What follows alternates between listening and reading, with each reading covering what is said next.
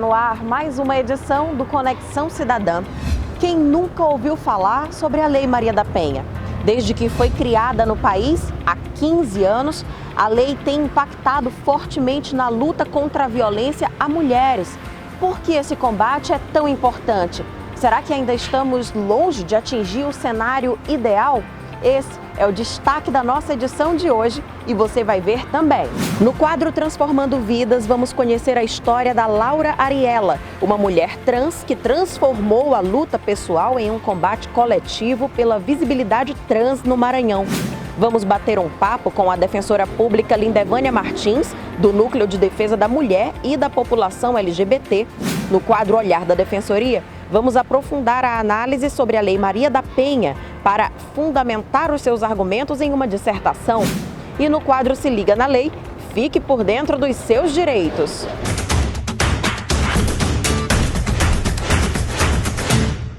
Aqui você já sabe, a nossa conexão com a cidadania sempre começa com uma história para inspirar você a buscar os seus direitos. Vem aí chegando mais uma edição do nosso quadro Defensoria Transformando Vidas.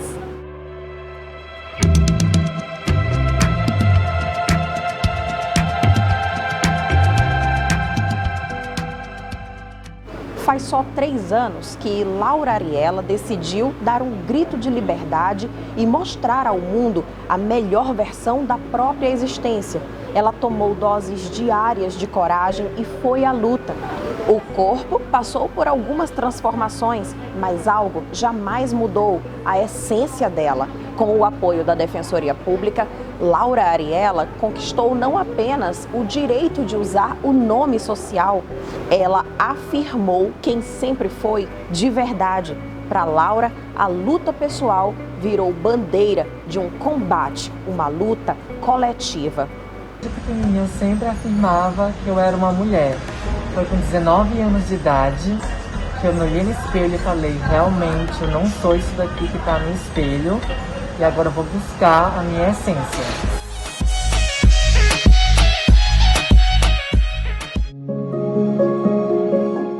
São 22 anos de existência, mas apenas 3 de vida. Laura é uma mulher trans que há pouco tempo buscou a ajuda da Defensoria Pública do Maranhão e conquistou o direito de ser identificada pelo nome que hoje a representa. Achei muito rápido em comparação com o que era no passado, que tive que ter advogado, juiz, era tanta coisa assim, que hoje em dia eu só precisei procurar os documentos, dependia mais de mim de procurar os documentos e levar para eles, porque em si da defensoria, mas ela soube me auxiliar. Mudar o nome nos documentos abriu uma série de possibilidades na vida de Laura. Oi, amiga. Deixa eu te contar, eu consegui um emprego, comecei hoje aqui. Uma conquista recente foi o emprego em uma loja de roupas em São Luís. Quando eu fui fazer a entrevista com ela, eu liguei primeiramente, aí eu perguntei, você tem filhos? Você é casada, tem namorada? Ela disse assim, não sei se você percebeu, mas eu sou uma mulher trans. Eu disse, sim, eu percebi, eu olhei seu Instagram. Mas é tudo possível, tudo isso é possível. É possível a mulher trans ter filhos, é possível a mulher trans ser casada.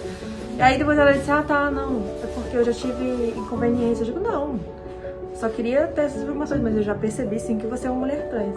A gente tinha entrevistado outras pessoas, mas ninguém se mostrou assim tão proativa e dedicada quanto ela, né? Nas redes sociais, Laura espalha a alegria de ser quem é, sempre com muito bom humor. Nossa, olha só, eu tô querendo aqui uma lingerie. Oh, meu Deus, lingerie começa com L. L que tem Laura no meu nome, tá? Sexo feminino, tem muito a ver, muita coincidência, né, moça? E militância, claro. O nome social, ele tem um impacto, né, sobre a vida da pessoa muito positivo, porque ele vai aumentar a autoestima, ele vai gerar uma segurança emocional e ele vai abrir para a pessoa novas perspectivas de vida a partir da mudança do nome social. Olhar para o espelho hoje é motivo de orgulho para Laura. Eu desejo coragem. Nós vivemos num país onde mais se mata pessoas trans e não é fácil ser que nós somos um país tão violento como o Brasil. Então, eu acho que coragem seria essencial, é o começo de tudo. Com coragem, esse grito de liberdade traz a realização. Atualmente eu me sinto sim realizada porque as pessoas já começaram a enxergar sempre o que eu já tinha visto em mim, uma menina, uma mulher. Então, nossa, eu estou me vendo como eu sou de verdade.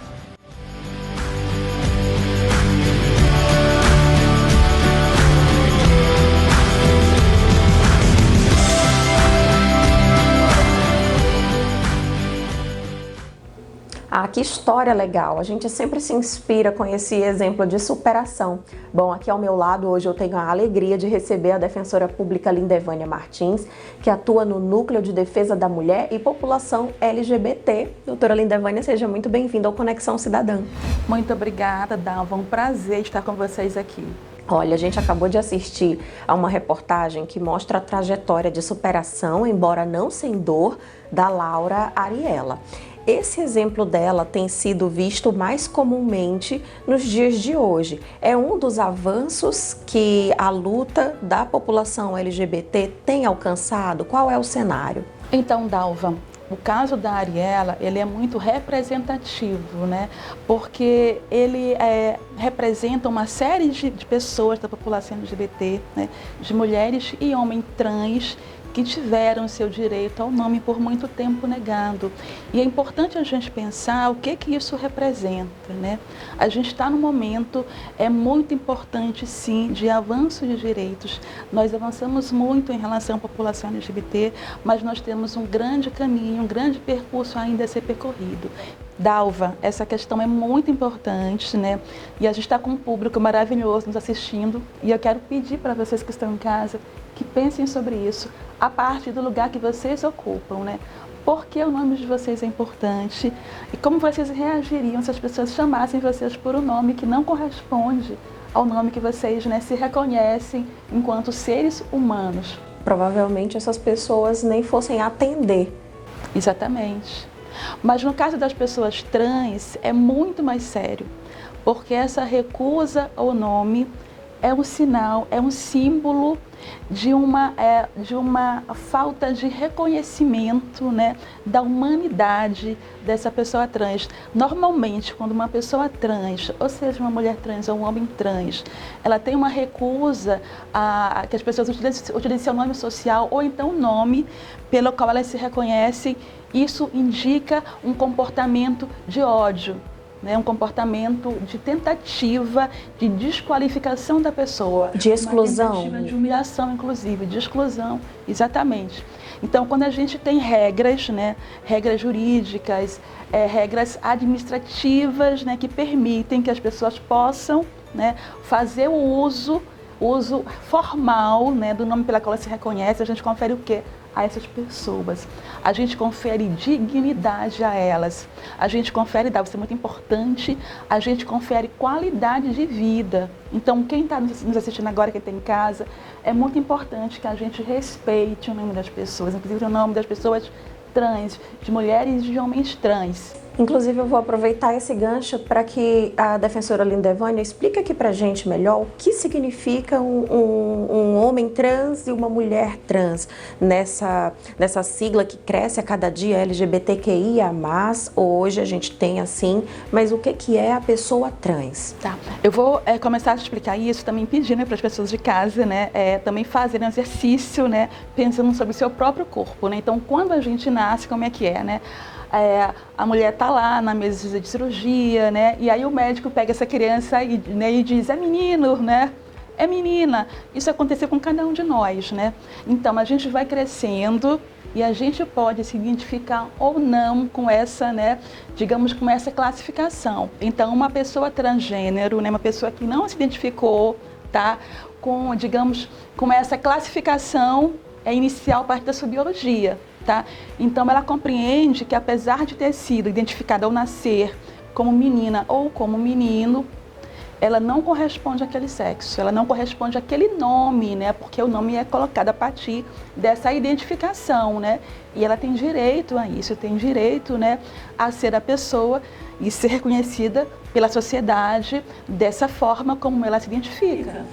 Defensora, gênero e sexualidade são coisas diferentes?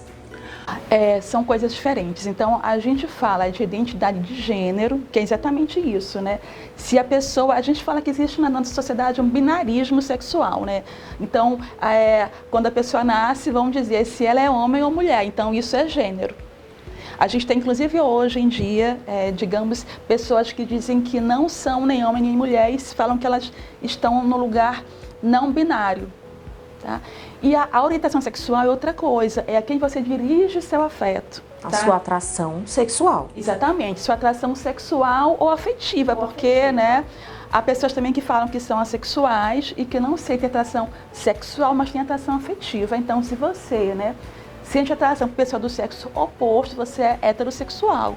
Se é do mesmo sexo, você pode ser uma pessoa homossexual, se for por um outro homem como você, uma pessoa lésbica, se for por uma mulher, né? Então, são coisas diferentes, são coisas separadas. Realmente, o universo é gigantesco e, ao que parece, a gente precisa estudar para entender, para conhecer e para respeitar. A falta de entendimento leva à violência, defensora? Leva à violência, porque as pessoas muitas vezes entendem o mundo, entendem a sociedade onde viveram como uma coisa imutável. Né? Então exigem que as coisas permaneçam sempre iguais, né? E se a gente for analisar, esses avanços são avanços mais recentes, né? As gerações passadas, elas não compreendem muito bem como é que, né, como é que a gente foi avançando enquanto sociedade, como é que as coisas se complexificaram. Então é importante que a gente compreenda, que a gente estude, sobretudo que a gente tenha sensibilidade em relação ao outro. Muito interessante perceber o quanto a comunicação também favoreceu essa luta que não deveria ser só de um movimento, só de uma população, mas de toda a sociedade, não é, defensora? Aqui já encaminhando esse nosso primeiro bate-papo para o encerramento. Isso que tu falaste, Dalva, é importantíssimo, tá? Porque a preocupação nossa pela segurança do outro tem que ser uma preocupação da sociedade inteira.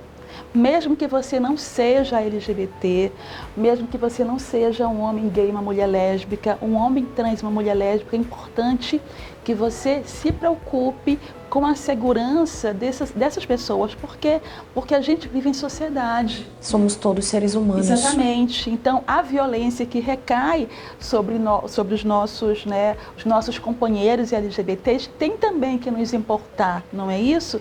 Nós temos uma sociedade, né, muito religiosa, né, que fala muito em Deus, né? Em valores tradicionais. Como é que a gente pode não se preocupar com a violência que recai sobre o corpo do outro, né? Então é importante que a gente lute pela liberdade, pela igualdade e pela dignidade das pessoas LGBT, mesmo que você não seja LGBT. Perfeitamente, esse foi só o nosso primeiro bate-papo. A defensora Lindevânia vai continuar com a gente, porque na sequência vem aí o olhar da defensoria para lhe ajudar na construção de uma redação.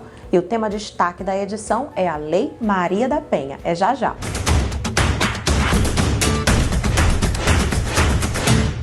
Muita gente conhece, mas nem todo mundo respeita. A Lei Maria da Penha entrou em vigor no Brasil no ano de 2006. De lá para cá houve uma série de avanços, é inegável. Mas por que será que ainda existem tantos crimes e tanta violência cometida contra a mulher? Chegou a hora de compreender mais a fundo esse tema com o olhar da defensoria. Bom, neste bloco, a defensora pública Lindevânia Martins vai fazer uma apresentação geral sobre diversos aspectos da Lei Maria da Penha para lhe ajudar a construir uma dissertação, elaborar uma redação, caso o tema tenha algo a ver com esse tema que é destaque na nossa edição de hoje. Então, defensora Lindevânia, eu já vou me retirar, a palavra é sua. Obrigada, Dalva. Eu queria começar falando que eu sou fã da Lei Maria da Penha. A Lei Maria da Penha é uma lei maravilhosa e representa um divisor de águas, né, na luta da sociedade brasileira contra a violência contra a mulher. A gente pode pensar, então, em um antes e um depois da Lei Maria da Penha.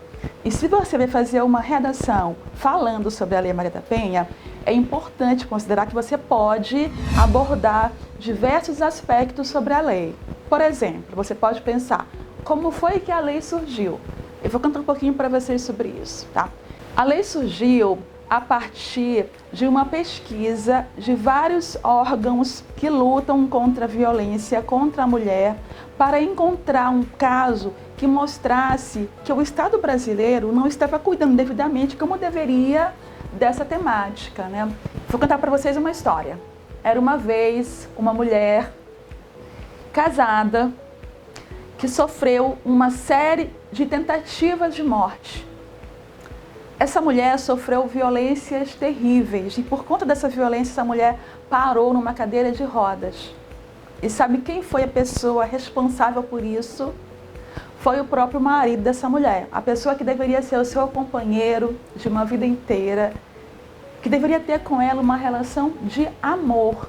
A parte desse caso de violência que a Maria da Penha sofreu, vários órgãos que trabalham na luta para erradicar a violência contra a mulher fez uma reunião de documentos que mostravam que o Brasil ele estava sendo negligente ao tratar o tema da violência contra a mulher. E esses documentos foram levados para uma corte interamericana de direitos, né? O Brasil ele foi condenado como país que não dava devida atenção e não tratava com devido respeito o tema da violência contra a mulher, né? E entre os compromissos que o Brasil assumiu a partir disso estava o de simplificar as regras jurídicas, né, e criar instrumentos que permitissem que as mulheres pudessem acessar serviços que lhes protegessem. E a Maria da Penha surge como uma resposta a esse processo e a essa condenação. E, gente, é muito importante a gente pensar como é que as leis surgem, tá? As leis elas não são dadas para a gente de modo gratuito. Não, de repente, né, um legislador chegou e falou assim, hoje eu vou construir uma lei, né? A Lei Maria da Penha ela é fruto de muitas lutas dos movimentos de mulheres, tá? Então, a partir disso, a partir dessa luta e a partir da gente identificar que a violência ela é um fenômeno muito complexo, surge essa lei que é uma lei muito diferente, é uma lei muito inovadora. É uma lei que mostra, inclusive, a importância de que vários órgãos atuem e trabalhem em conjunto para lutar contra a violência. Não só o Judiciário, mas o Ministério Público, a Defensoria Pública, órgãos que trabalham com assistência social às mulheres, órgãos que trabalham com apoio psicológico possam estar unidos para um trabalho em rede para garantir às mulheres proteção contra a violência e dignidade. A Lei Maria da Penha, ela criou juizados e varas específicas que passaram a trabalhar só com o tema da violência contra a mulher. Ela também criou digamos, um instrumento chamado medida protetiva de urgência. O que é isso? O que é uma medida protetiva de urgência? É uma ação que a mulher pode iniciar junto às varas de violência doméstica, solicitando que o juiz ou a juíza defira em seu favor medidas que irão garantir de modo emergencial que elas possam estar em segurança. Como? Por exemplo, impedindo que o agressor dessa mulher se aproxime dela, impedindo que ele a procure, impedindo que ele tenha contato com ela, seja por meio de e-mail, de telefone, por meio pessoal, impedindo, inclusive, que ele frequente certos lugares que ela também frequenta. A Lei Maria da Penha, ela conseguiu de fato trazer às mulheres uma efetividade em relação à violência, mas a gente precisa avançar muito ainda. Por exemplo, quando a gente vê as pesquisas, elas mostram o quê? Que de modo geral a lei conseguiu proteger as mulheres, mas não todas as mulheres. Em relação às mulheres negras, é importante a gente ressaltar, né? A violência aumentou, enquanto diminuiu em relação às mulheres brancas. O que a gente pode pensar sobre isso? Que a violência é um fenômeno complexo e que ela recai sobre nossos corpos, né? A partir de vários recortes, não só o recorte de gênero, mas também um recorte racial e também um recorte de classe. Porque para as mulheres pobres é mais difícil conseguir também acessar os serviços. É muito importante que a gente conheça a Lei Maria da Penha e mais, que a gente possa divulgar a lei, que a gente possa estar conversando sobre a lei nos lugares que a gente frequenta, com as mulheres que a gente conhece, porque é uma lei que é voltada para situações concretas, para evitar que um risco maior ocorra com as mulheres, para evitar inclusive que uma mulher venha a sofrer um feminicídio. Os dados mostram que as mulheres que acessaram a rede de proteção à mulher por meio da Maria da Penha, que tem medida protetiva de urgência, elas conseguiram sim efetividade. Como é que a gente observa isso? Quando a gente analisa os feminicídios, né? A maior parte deles ocorreram em relação às mulheres que não tinham acessado o serviço e que não tinham solicitado a medida protetiva de urgência.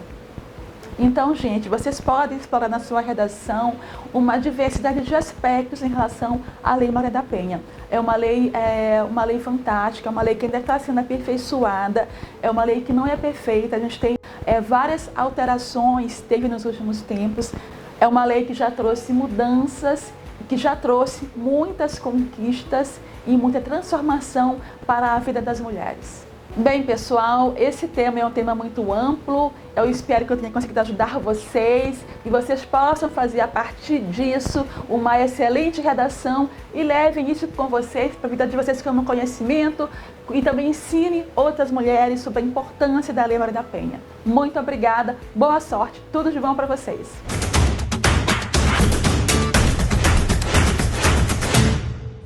E então, vocês gostaram dessa análise? Eu adorei. Agora a gente já vai chegando ao último bloco do nosso programa. Vem aí o Se Liga na Lei.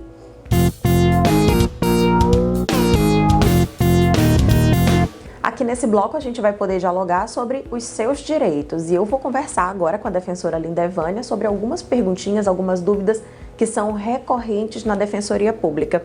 Defensora, a gente já falou aqui no programa sobre a população LGBTQIA+. Na escola, já que a gente tem um público hoje majoritariamente formado por alunos do ensino médio, qual deve ser o papel da escola, seja ela pública ou privada, diante de um adolescente, um aluno que já se reconhece como uma pessoa trans? Dalva, essa tua pergunta ela é muitíssimo importante. Por quê, né? Porque as pesquisas mostram que a gente tem uma alta evasão de pessoas LGBTQs, né, da escola, né?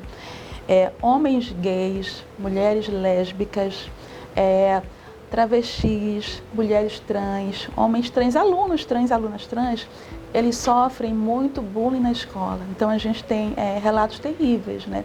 De alunos e alunas que tentaram, inclusive, que se mutilaram, que atentaram contra a sua própria integridade física, né? E esse bullying, ele vem muitas vezes dos colegas, das salas dos seus colegas que estudam junto com eles, né? Mas também podem vir de professores, de gestores, de outros servidores, né?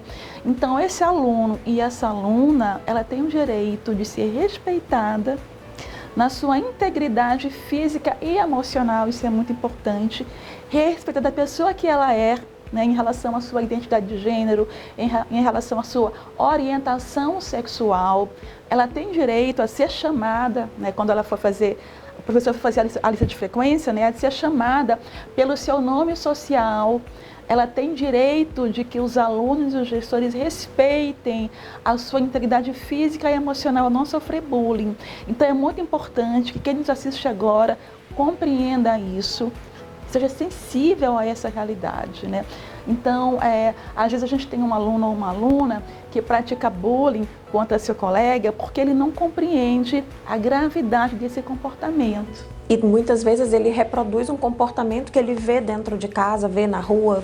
Exatamente. Então eu peço para quem nos assiste agora que a gente, né, possa rever nosso comportamento, a gente possa rever os nossos gestos. Você pratica, de repente, um bullying com um colega seu que é trans, com uma colega que é trans, que é lésbica, ou que é uma pessoa LGBT, às vezes uma piada, né?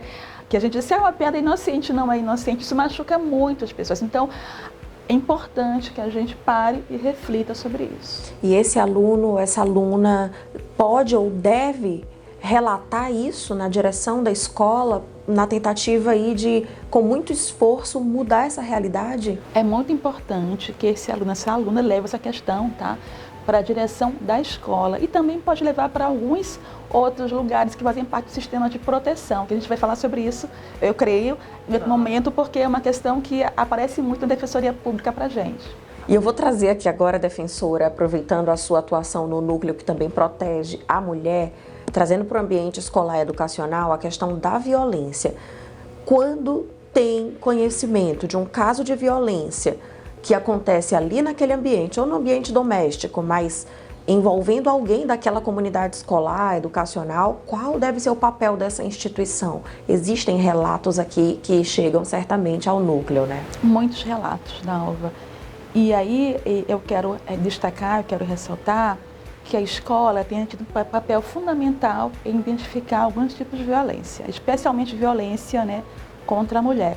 Então já nos chegou vários casos de alunas, né, que sofriam violência doméstica e familiar e que elas não tinham coragem de procurar o serviço ou mesmo de falar sobre isso, tá? E a situação foi identificada pelo professor, pela professora. Eles viram que o aluno, que a aluna mudou de comportamento. Então a aluna tinha um comportamento tímido, mais reservado, começou a utilizar blusas de manga comprida até o pescoço, porque estava com marcas corporais, né, com hematomas e não queria mostrar para os colegas, começou a se esconder, né. Então a professora chamou essa aluna, perguntou o que estava acontecendo, a aluna se abriu para ela e a partir disso a aluna procurou o serviço, né. Então a escola ela tem que ter esse olhar sensível para identificar, né, a violência que pode estar recaindo sobre as suas alunas. Tá? E a aluna é importante, né, que ela possa ter na escola esse local de acolhimento, que na escola possa ter um adulto a quem ela possa se dirigir para poder contar sobre o que está acontecendo. Para confiar. Para confiar. E aí a gente falando sobre a população LGBT, é a mesma coisa. Tem também que ter na escola esse acolhimento para que a pessoa que sofre violência possa, né, conversar com esse adulto e poder ter algum tipo, eu não diria de solução ali, mas de encaminhamento para aquela demanda. De apoio. De apoio, exatamente. Defensora, hoje, para quem está acompanhando, se essa pessoa que nos vê sabe que está sendo vítima de algum tipo de violência, e a gente aqui frisa que não é só a violência física, o problema às vezes nem é a violência física, mas se você sente que está sofrendo algum tipo de abuso, qual o caminho? Aonde essa pessoa tem que ir para buscar um socorro e acabar com esse ciclo de violência? É muito importante que quem sofre violência não se isole. Porque o isolamento, o silenciamento, né, ele é um comportamento muito frequente, tanto em mulheres quanto em população LGBT, né? A pessoa sofre violência, mas porque ela crê que ela não vai ter apoio, porque ela não vai ter acolhimento ou por vergonha, ela silencia. Então é muito importante você poder contar para alguém, né? Você poder conseguir o apoio de alguém. Então, se você sofre violência, não fique com aquilo para você, não se cale, tá? E se você conhece alguém que sente violência, que sofre violência, é importante apoiar e mostrar que você é solidário. Então, na escola, o que a gente recomenda, né? Que a escola tenha políticas bem claras em relação a isso. Que a escola não tolere violência contra a mulher em população LGBT.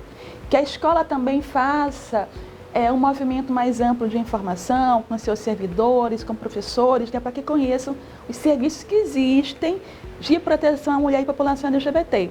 Então, no Maranhão inteiro, a gente tem várias redes de proteção à mulher e população LGBT, né? Então, em casos de violência, e violência há de diversos níveis, né? Violência desde física, quanto violência sexual, violência psicológica e emocional, né? Que são casos muito graves, né? Então, a gente tem que conhecer o serviço para fazer um encaminhamento, né?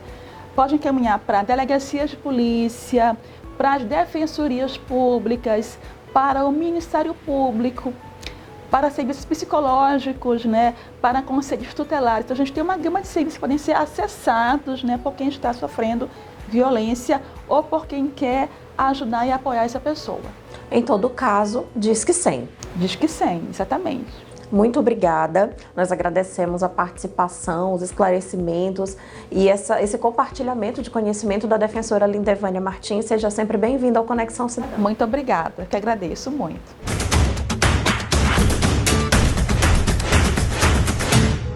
Você tem alguma dúvida, sugestão, elogio? Mande pra gente. Está aqui o e-mail do programa, conexãocidadã.dpema@gmail.com.